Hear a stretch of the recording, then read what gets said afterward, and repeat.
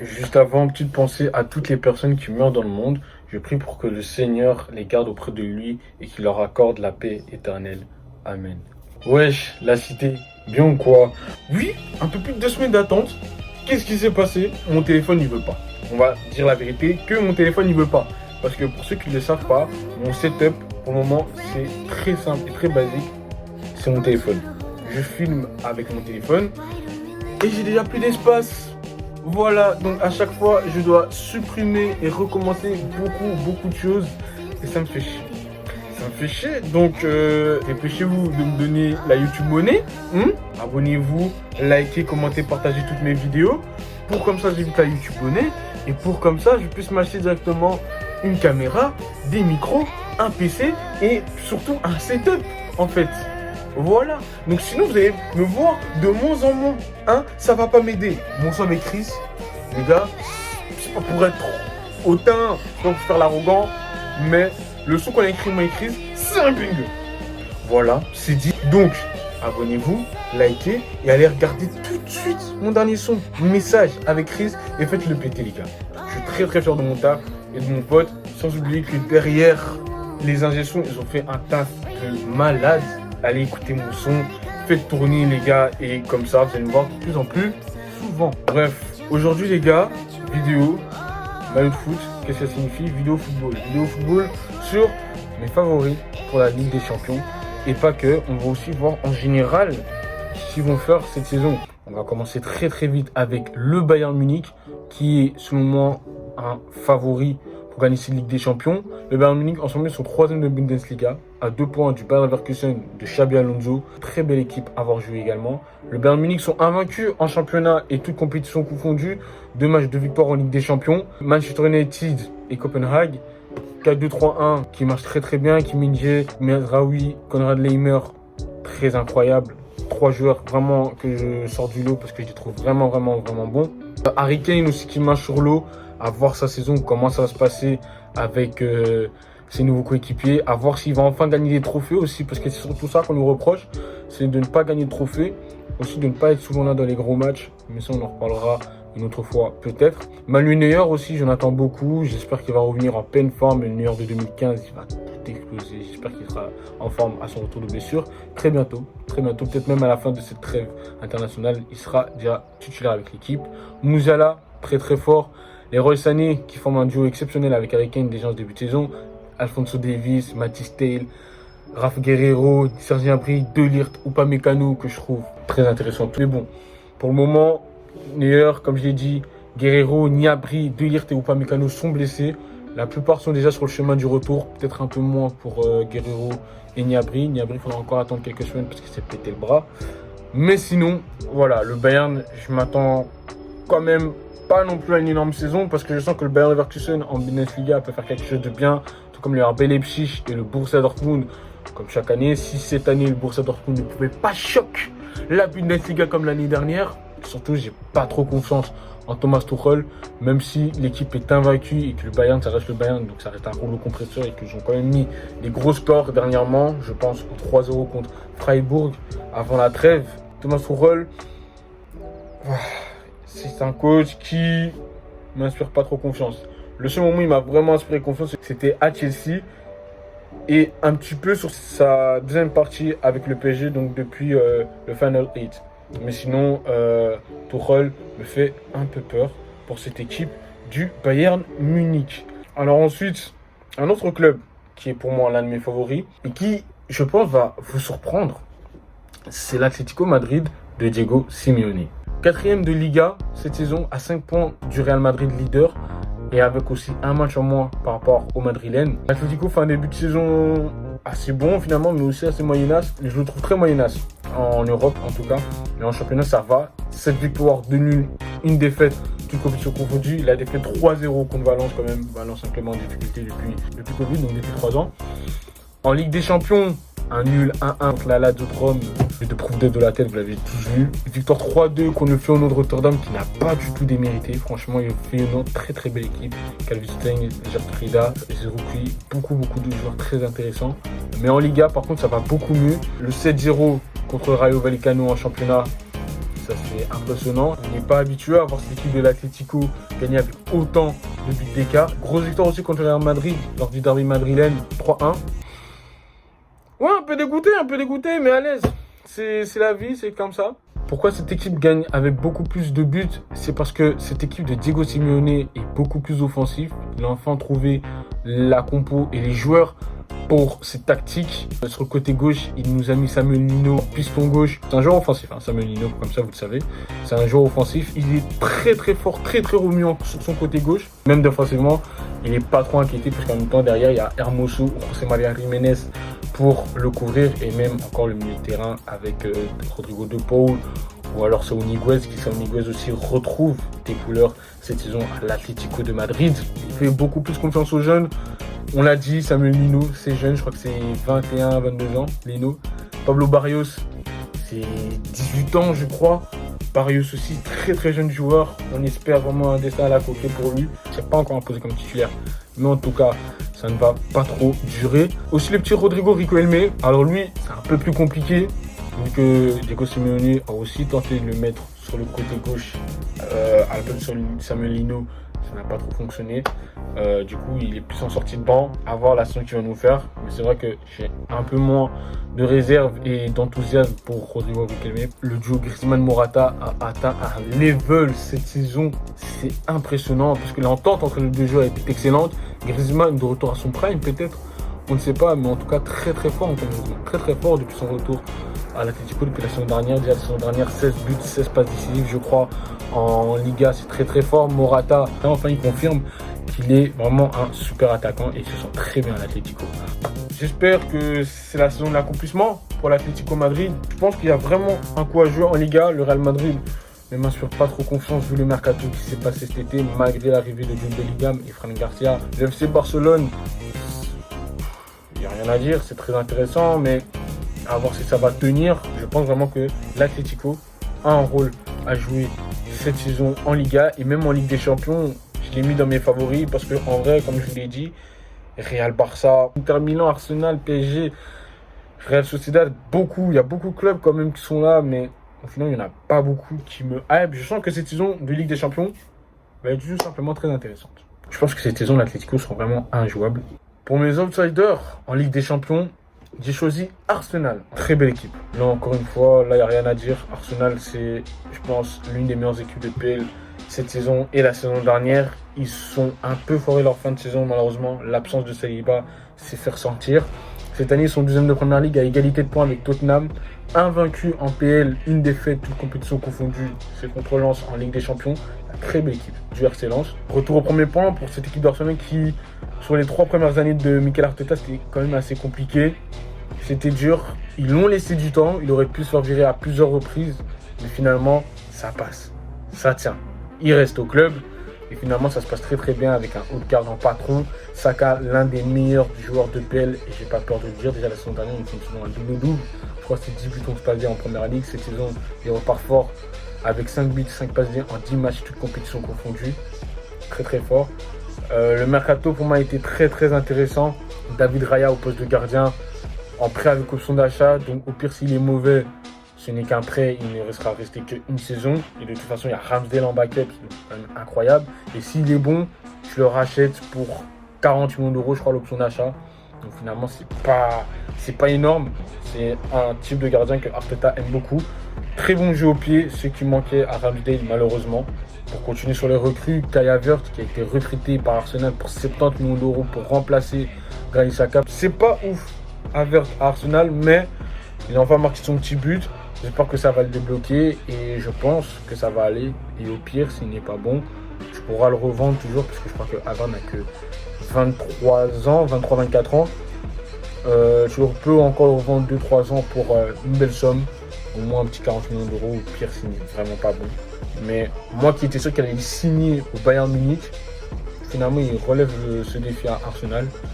Je pense que c'est pas mauvais. Maintenant, à voir si ça va durer parce que je pense que c'est la recrue où il y a le plus d'interrogations autour de lui. La deuxième recrue, Declan Rice, le deuxième joueur le plus cher de l'histoire du championnat anglais et le joueur anglais le plus cher de l'histoire du championnat. 122 millions d'euros le transfert, je crois qu'il s'élève même à 127 millions d'euros, bonus compris. Declan Rice, c'était le joueur qu'il fallait recruter, que ce soit pour Chelsea, pour Manchester United, pour Manchester City. C'est finalement Arsenal qui a gagné la course. Et pendant un temps, il était proche de City. City s'était lancé dans la course, mais finalement ils ont lâché au bout de 116 millions d'euros. Arsenal ont proposé 127 et ils ont clos l'affaire. Declan Rice, il est très très bon en ce début de saison. Un but important face à Manchester United dans la victoire 3-1 d'Arsenal. Mais en plus, Declan Rice apporte vraiment cette solidité défensive dans ce milieu de terrain, dans cette ossature du milieu de terrain, et c'est un titulaire à part entière de l'équipe. Maintenant, c'est vraiment le club qu'il lui fallait. Enfin, Rice est dans un club à la hauteur de ses ambitions. Je sais comme petit bémol au niveau du prix. 127 millions d'euros pour un joueur qui est en fin de contrat dans un an, c'est excessivement cher. Mais bon, vous le savez très bien, en Angleterre, un club anglais, c'est toujours plus cher. C'est une sorte de taxe. Vont-ils tenir cette année? C'était la question que je me suis posée. Parce que la saison dernière, ils étaient très très bien partis. Ils étaient très très bien partis pour la remporter. Malheureusement, comme je vous l'ai dit, l'absence de William Saliba en fin de saison aura porté préjudice. Et il y a aussi 2-3 petites blessures. L'équipe était très très fatiguée. Malheureusement, Gabriel Jesus s'était blessé aussi en fin de saison. Ça a été très compliqué. Saka, Martinelli, Odegaard, tu sentais la fatigue en cette fin de saison. Là, cette saison, ils ont enfin une profondeur de banc un peu plus importante. Tous les postes ont été doublés.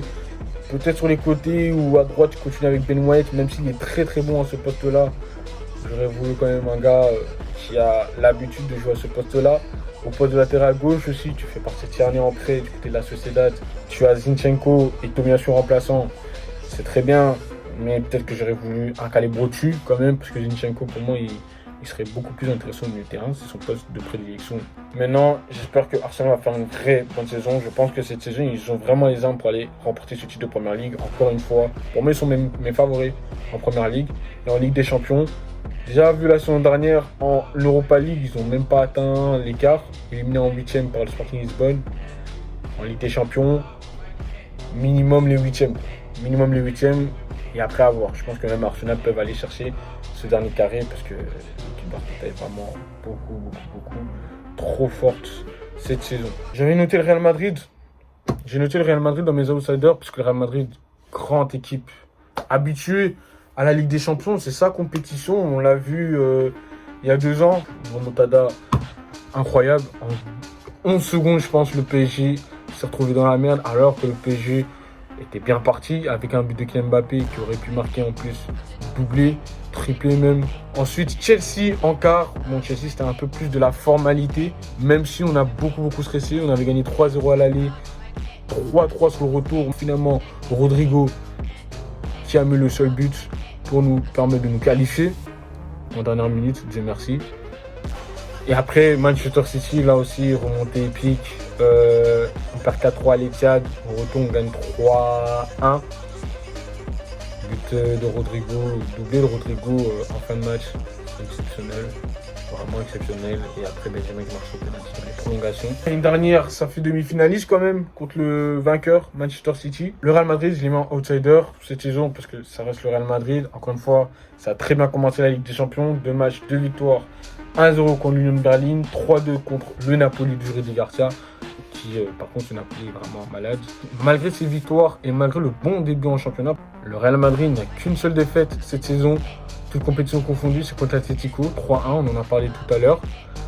Et après le reste, c'est que des victoires, quoi. Que des victoires. Donc, ouais, en soi, le début de saison du Real Madrid est vraiment bon. C'est juste que c'est dans le niveau de jeu où tu sens vraiment l'absence d'un numéro 9. Parce que Jude Bellingham en faux neuf, c'est pas son poste, même s'il nous fait un début de saison tonitruant.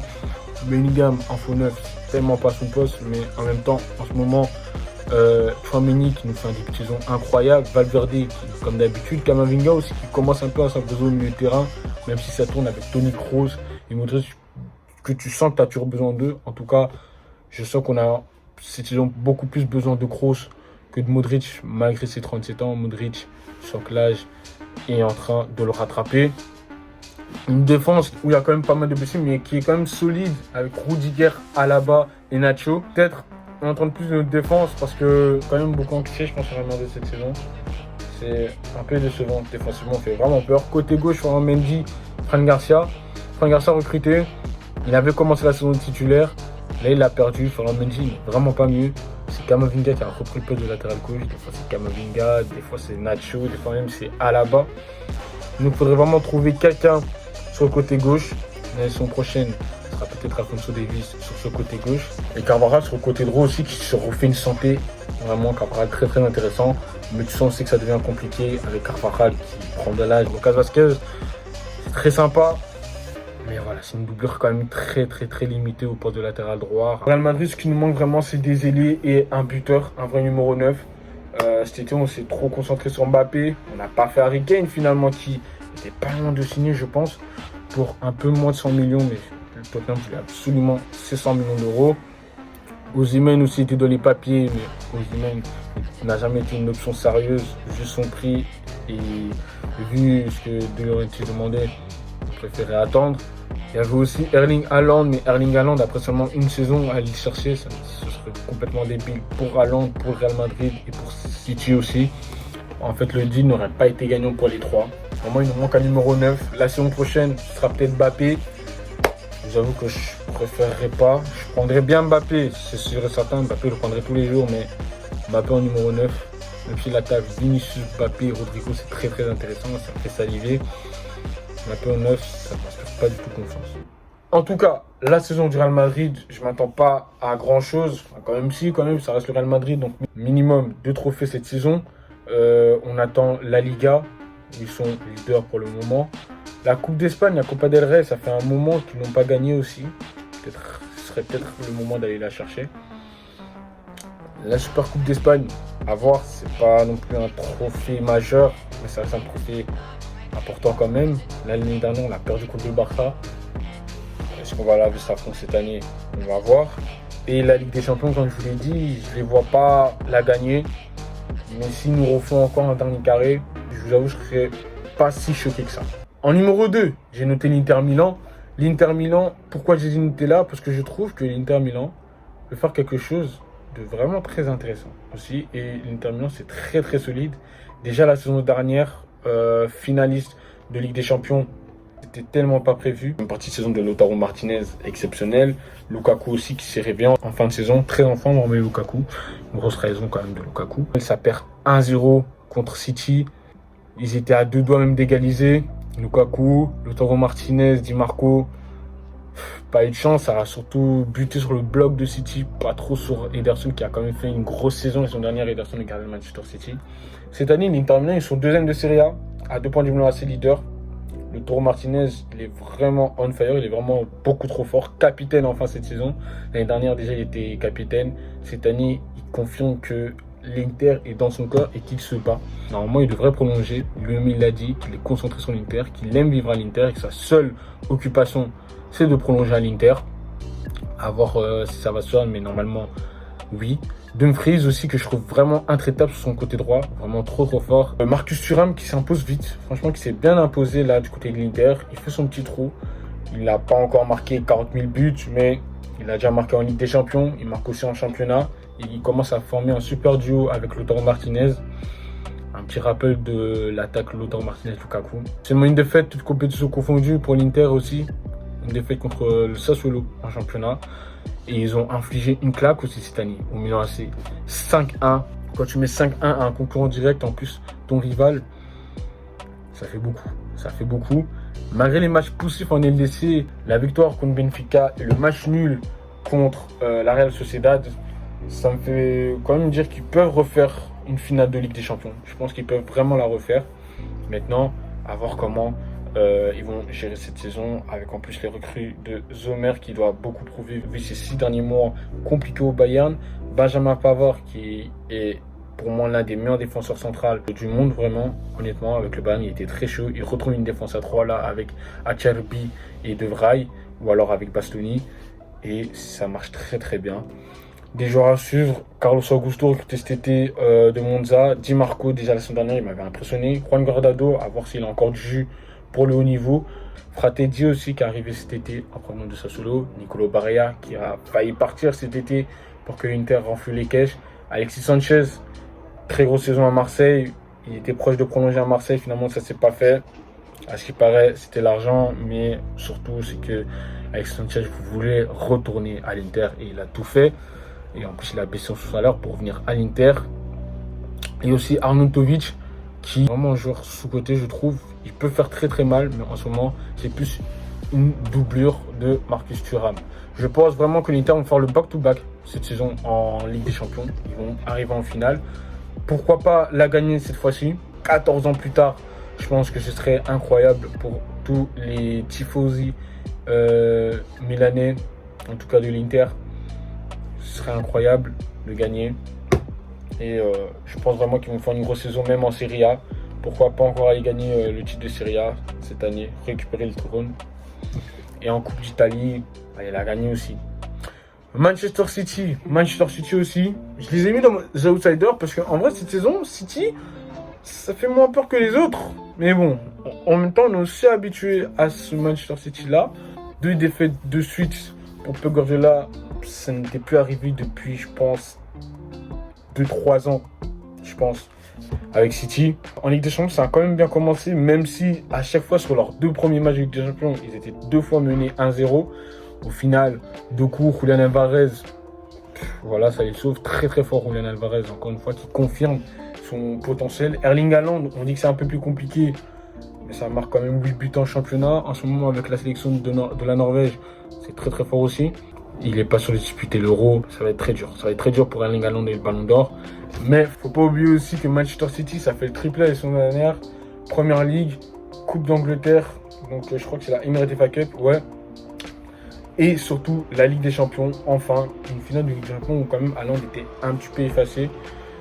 Grosse équipe, City, grosse équipe, encore une fois, beaucoup de doublures. Cette fois-ci, Sergi Gomez, il s'impose bien. Il est venu tout droit d'Anderlecht la saison dernière pour 15 millions d'euros. Cette année, ça va un peu mieux. Il a beaucoup plus de temps de jeu, c'est beaucoup mieux. Pep Guardiola est amoureux de Rico Lewis, la nouvelle pépite du football mondial au poste de latéral droit. Il y a aussi le petit Gops, ailier gauche, ailier droit, le Norvégien, qui a été appelé en sélection et qui a joué justement cette trêve internationale avec la Norvège A. Après, on pointe à Haaland, Phil Foden toujours là, Bernardo Silva qui a prolongé, Kyle Walker aussi qui est finalement resté et prolongé. Donc vraiment, l'équipe est beaucoup trop forte, beaucoup trop chaude. Si. City passe finalement en tant que favori de la Ligue des Champions. Je pense qu'il y a moyen qu'il fasse le back-to-back. Nouvelle victoire en Ligue des Champions. Peut-être pas en championnat. Championnat, j'ai beaucoup plus confiance en Arsenal que City. Mais quand même, je pense que City est encore une fois très bien parti pour rouler sur l'Europe. Alors, j'ai noté le PSG dans mes outsiders, pas dans mes favoris. Vraiment pas, toujours dans mes outsiders. Le PSG, comment dire ? Le PSG est une équipe qui, je pense, va encore souffrir très longtemps de cette mauvaise image de club bling-bling, de club qui dépense énormément pour rien au final. Ils ont un titre de champion de France à aller chercher encore une fois, même si l'année dernière ils ont gagné seulement un point d'avance sur Lens quand même. Ça remonte à une mauvaise saison. Cette fois-ci, cette année, c'est Luis Enrique. Luis Enrique, ok d'accord, ça joue très bien au football, mais par contre, c'est pas du tout efficace. Défaite 4-1 au St. James Park contre les Magpies de Newcastle quand même. Mais quand même, le PSG, je trouve que le mercato a été beaucoup plus intelligent, beaucoup plus mieux géré. Alors, ça ne va peut-être pas être la saison que tout le monde espère la gagner. Mais je pense quand même que le PSG va être satisfait des joueurs de la saison. Par contre, 90 millions d'euros sur Randal Colomani, je trouverais toujours ça abusé. Mais pourquoi pas. J'ai beaucoup d'attentes sur Bradley Barcola surtout. Gonzalo Ramos aussi, prêt avec option d'achat obligatoire à 65 millions d'euros. Je ne suis pas trop satisfait. Après, il leur manque un joueur créatif évidemment au milieu de terrain puisque Verratti est parti. Mais au final, le PSG, je trouve, a fait un mercato plutôt intéressant. Mais par contre, ils n'ont pas de doublure côté gauche. Ça, par contre, c'est dur. Ils n'ont pas de doublure côté gauche. Mendes est blessé pendant encore des mois. Ils ont prêté Bernat à Benfica cet été. Ils mettent Lucas Hernandez, recruté cet été en prenant du Bayern Munich pour 45 millions d'euros. Après, de latéral gauche. Pourquoi pas. Il joue à ce poste-là en équipe de France. Plus trop du coup depuis que son frère Théo a rejoint l'équipe, mais il leur manque vraiment une doublure côté gauche et je pense que ça va être ça leur problème parce qu'ils ont beaucoup de solutions offensives mais assez peu finalement sur le terme défensif et au poste de milieu de terrain. Mais sinon le PSG, un outsider, je pense qu'il y a quand même moyen qu'ils peuvent nous faire une bonne saison. Par contre, je pense que ça va partir sur une nouvelle désolution parce qu'encore une fois, je pense que le PSG, ça va très bien jouer au football. Par contre, ça va perdre ses matchs. Ça va perdre ses matchs, ça va faire beaucoup trop de matchs nuls. À voir justement le match de contre Clermont. Déception. Et enfin, pour terminer, pour mes outsiders, j'ai nommé le FC Barcelone. Alors, le FC Barcelone, je vous ai dit plutôt que finalement, j'avais pas trop confiance en cette équipe du FC Barcelone. Parce qu'encore une fois, ils avaient beaucoup de blessures et que finalement, je pense qu'à un moment, ça va lâcher. Mais en même temps, la saison dernière, champion de Liga, avec un effectif assez réduit et pas mal de blessures. Cette année, encore une fois, c'est bien parti. Ils sont 3e de Liga. C'est pas un mauvais début de saison, franchement, du Barça. Je pense que Joao Félix va leur faire extrêmement du bien. Lamine Yamal, la pépite. Franchement, comment ne pas kiffer cette pépite? Comment ne pas kiffer ce joueur? Il a l'air tout simplement trop chaud, beaucoup trop incroyable. Et même offensivement, ils ont enfin pris un vrai latéral droit, Joao Cancelo, qui leur fait vraiment extrêmement du bien. Vraiment, Koundé, Araujo, Christensen, cette tournante-là, poste de défense centrale, ça va être très très fort, ça va être très très intéressant. Parce que même Christensen ne démérite pas, c'est un excellent défenseur central. On l'a vu à Chelsea, on l'avait vu aussi au Borussia Mönchengladbach un peu plus tôt. Christensen a un rôle à jouer. Quand il est au côté droit, c'est très très fort. Côté gauche, Alejandro Balde, je vois un peu aussi de gauche à droite qui n'évolue plus. En tout cas, ça reste un excellent latéral gauche. Marcos Alonso en backup, c'est limité, mais c'est très suffisant. Au milieu de terrain, Pedri qui enchaîne les blessures. Malgré sa prise de masse, malgré tout cela, je pense que ça va être très compliqué pour le Barça d'aller chercher cette Ligue des Champions parce qu'en face, il y a des équipes, ils ont un sang-froid de malade. Je pense à Manchester City, au Real Madrid, tout simplement. Je pense à l'Atlético que je trouve très très bon aussi. Et encore une fois, le Bayern Munich. Et je pense que même dans leur groupe, ils peuvent se faire peur, quoi. Porto les a fait vraiment peur. Je pense que le Barça, en 8e de finale, ça va vraiment se casser la gueule. À voir l'évolution de la saison, à voir comment ça va se passer. Mais en tout cas, le FC Barcelone ne serait pas non plus choqué s'ils atteignent au moins les quarts de finale de Ligue des Champions. J'avais écrit vraiment beaucoup plus de choses, honnêtement, dans cette vidéo. Je comptais vous parler d'encore beaucoup plus de clubs. Je comptais aussi vous parler du Galatasaray avec un Sacha Boey surpuissant et un Icardi qui est de retour en pleine forme, du RC Lens de Franck Hez, malgré sa 14e place de Ligue 1. Le 5-2-3 est très intéressant avec Captain Samba dans les cages, qui est vraiment l'un des meilleurs gardiens de France et peut-être même du top 5 européen. Dever Machado et Frankowski sur les côtés, en piston gauche et en piston droit, ils sont vraiment sous-côté. J'ai aussi voulu vous parler du Napoli, même si le Napoli finalement il y a beaucoup de doutes, surtout à cause de Rudi Garcia qui va peut-être se faire licencier dans les prochaines heures, dans les prochains jours. Je comptais aussi vous parler du RB Salzbourg. Juste parce que ce club est chaque année en Ligue des Champions, chaque année en Europe et chaque année vraiment je trouve qu'ils step up vraiment.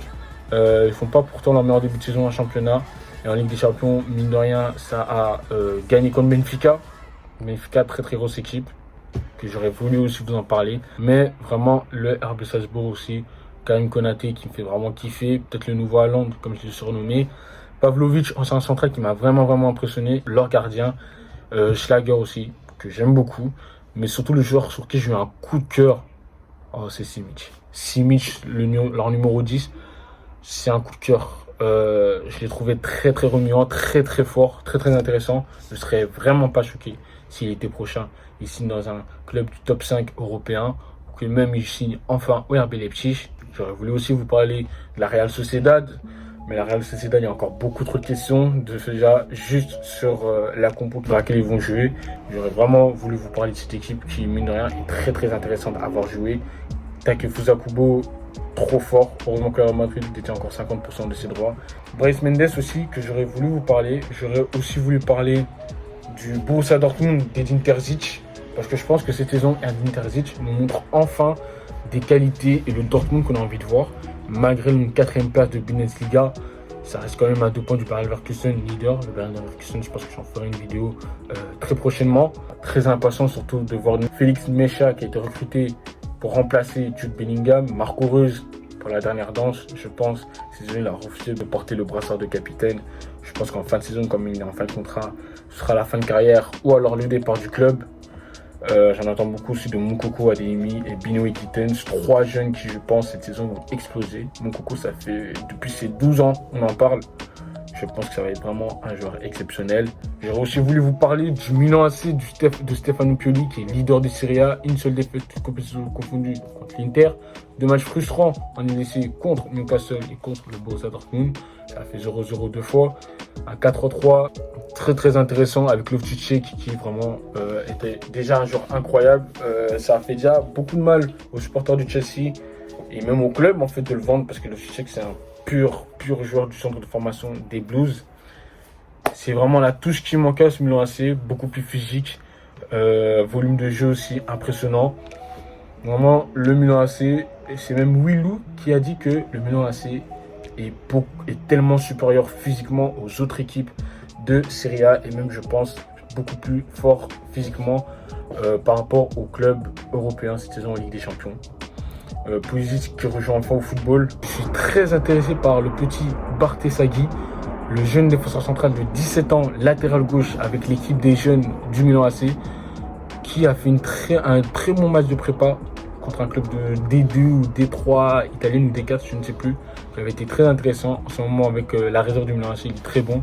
Il y a aussi le petit Chaka Traoré, le petit Francesco Camarda, 15 ans, né en 2008. Le petit Francesco Camarda assure aussi. Et après, quand même, les Yao, Yunus Moussa, Okafor, Chukwueze. Forcément, ça va être très très fort. Et Yacine Adli, qui, Stéphane Pioli, ne fait que le complimenter depuis quelques semaines. Ça va commencer à être très très intéressant. J'avais aussi noté le RB Leipzig, justement de Marco Rose, même s'ils ne sont que 6e de Bundesliga à 5 points de Leverkusen. Je pense que le RB Leipzig cette saison sont plus forts que jamais. Un jeu très intéressant, très offensif, c'est très kiffant. 4-2-2-2 ou en 4-4-2 ou même en 4-2-3-1. Il a surtout forcé avec le 4-4-2. Ça n'a pas donné des résultats escomptés. Simakan qui est très très fort au poste de défenseur central ou de latéral droit. Xavi Simons qui ne vaut que 40 millions d'euros, c'est ce que j'ai noté. Prêté par le PSG au RB Leipzig. Le PSG l'ont pris pour 6 millions d'euros. C'est un braquage, littéralement un braquage. Openda, il démarre très très bien. Déjà, c'est très très bien parti pour Openda. Sesco aussi. Sesco doit encore évoluer dans son style de jeu, en tout cas de manière technique. J'avais aussi noté Porto et Benfica.